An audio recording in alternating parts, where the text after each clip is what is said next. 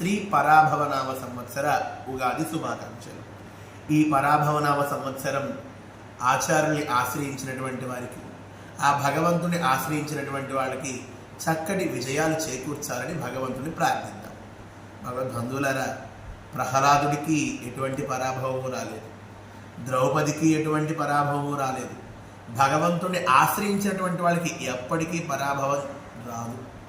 భగవంతుని ఆశ్రయించిన వాళ్ళని ఇబ్బంది పెట్టే వాళ్ళకి పరాభవం వస్తుందేమో కానీ భగవద్భక్తులకి పరాభవం అనేదే ఉండదు, ఎప్పుడు కూడా విజయమే.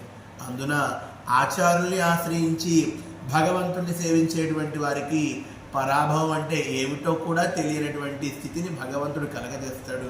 కాబట్టి ఆచార్యుల మంగళాశాసనాలు, భగవద్ అనుగ్రహం మీ అందరికీ పరిపూర్ణంగా ఉండాలని మన జగద్గురు శ్రీ రామానుజాచార్య సంస్థాన్ తరపు నుండి మీ అందరికీ కూడా రామానుజుల వారి యొక్క మంగళాశాసనాలను అందజేస్తున్నాం. భగవద్బంధువులారా, ఉగాది అనగానే మనకు గుర్తొచ్చేటువంటిది ఉగాది పచ్చడి. 6 రుచుల కలయిక ఈ ఉగాది పచ్చడి.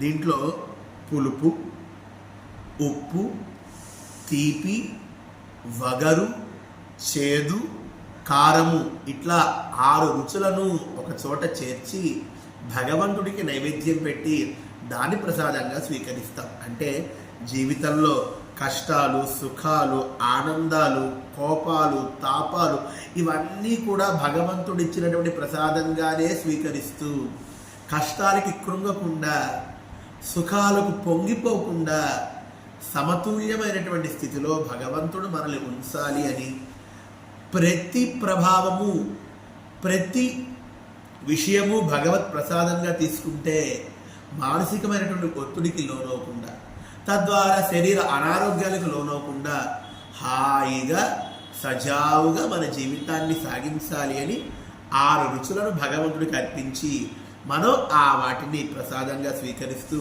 జీవితంలో జరిగే ప్రతి విషయము భగవత్ ప్రసాదమే అని భావించి మన జీవితాన్ని గడపాలి అని మన పెద్దలు ఈ అద్భుతమైనటువంటి పండగకు ఈ ప్రసాదాన్ని అందించారు. మనందరం కూడా ఈ ప్రసాదాన్ని భగవంతుడికి నైవేద్యం పెట్టి మన ప్రసాదంగా తీసుకుని మన జీవితాన్ని సజావుగా సాగించుకుందాం. భగవద్బంధువులారా, దీంట్లో మొట్టమొదటిగా పులుపుకి చింతపండును మనం వేస్తాం. తర్వాత తీపికి కొత్త బెల్లాన్ని మనం వాడతాం అన్నమాట. అలానే చేదుకి వేప పువ్వుని వాడతాం. అలానే కారానికి మనం మిరియపు పొడిని వాడతాం సంప్రదాయపరంగా. అలానే వగరుకి మామిడి పిందను వాడతాం. అలానే ఉప్పు రుచి తెలియడానికి ఆవు నేతిని వాడమని మనకి ధర్మసింధు ఇత్యాది శాస్త్రాలు